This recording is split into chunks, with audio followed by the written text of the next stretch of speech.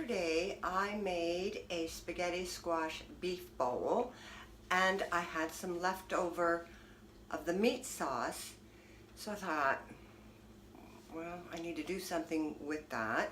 I could either just do regular spaghetti and make some of my pasta noodles, the keto pasta, and then I thought, I'm going to do like a little casserole with this and add some cheeses in it, kind of like you would a lasagna. Now, you can look up the recipe for the spaghetti squash beef bowl. Basically, what I put in there is, of course, the ground beef. The vegetables was green pepper, red pepper, I put onions, not green onions, mushrooms, diced tomato, and some seasoning. So that's really what went into that. And here it is, my leftovers. So I am going to do a little casserole with this, add cheeses. I'm going to change it up and fatten it up.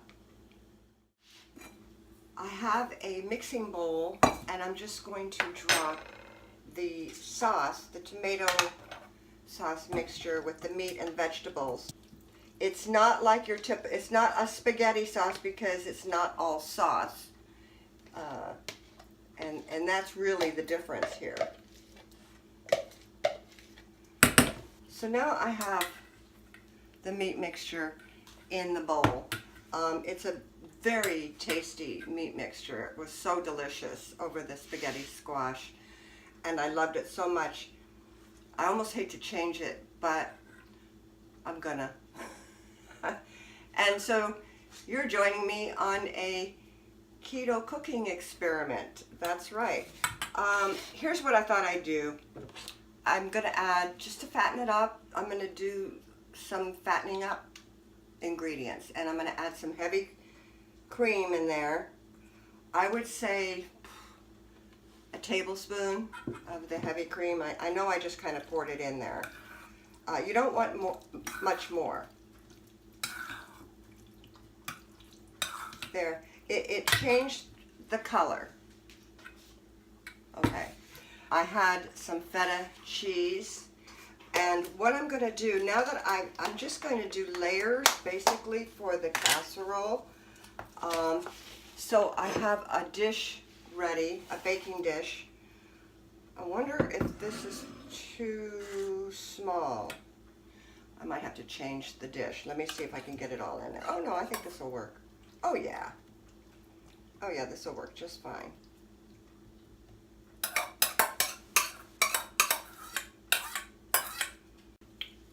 Well, I know I mentioned that I would layer this, and I dropped the whole mixture in here.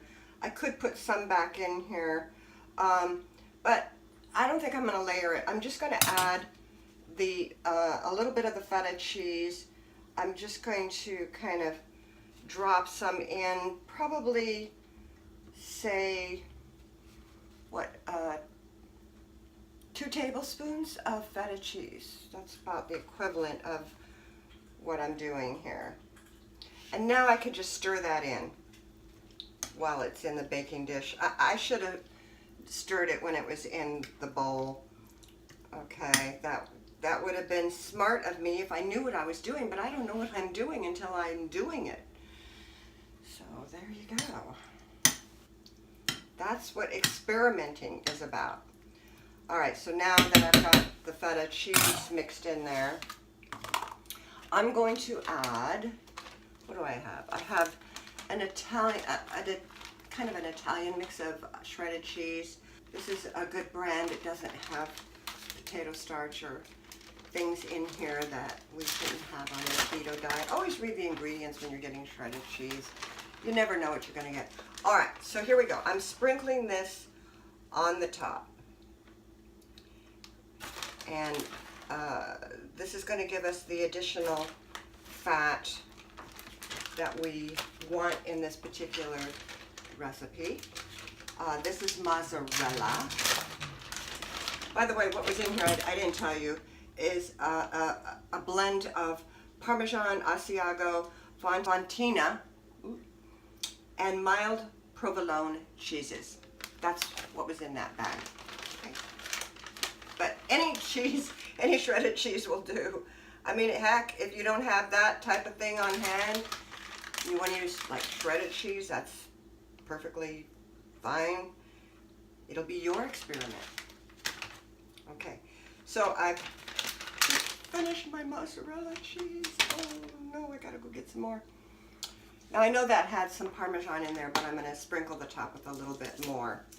This is the ground, what do they call this? Not ground, grated Parmesan. And that gets sprinkled right over the top. Now I've got the oven preheated at 350. I figured this should bake for, because it's cold, I didn't heat anything up, the meat is cold, everything's cold. So I'm gonna put it in there for 20 minutes, check it. It might take longer to heat up everything. It's basically everything is cooked, it's just not hot. So that's what the aim is on that. But wasn't that a simple one dish type of casserole thing? It's the beauty of casseroles. All right, so that's going in the oven. I just want to add that the whole point of me doing a video on my leftover is to show you that you can get creative with leftovers, and especially when you have ground beef and you've done up something with the ground beef. My mom used to do goulash, or I know a lot of you would maybe do a chili. The whole idea of it is to get used to using the ingredients you have to just change it up a little bit, do something a little bit different with those kind of leftovers. And that's really the only reason I wanted to bore you with this video. Well, I've just got it out of the oven. It's quite beautiful. I know I always say that. It has to definitely cool down before I can try to get a bite of that. But it's gorgeous. And, you know, everything that went into this is kind of tried and true for adding good flavor to a dish. So I'm pretty confident it's going to taste good. Well, this looks pretty darn tasty. So I am going to bite into it.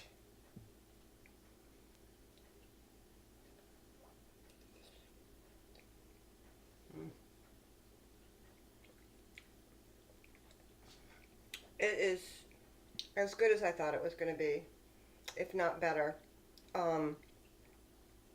I forgot how tasty the original meat tomato sauce mixture was all by itself, and that flavor is really, really coming through, more defined by the cheeses. So it's a great casserole, and you're not going to go wrong with anything like this as a leftover. So I'm going to enjoy this as my meal tonight. Okay, bye.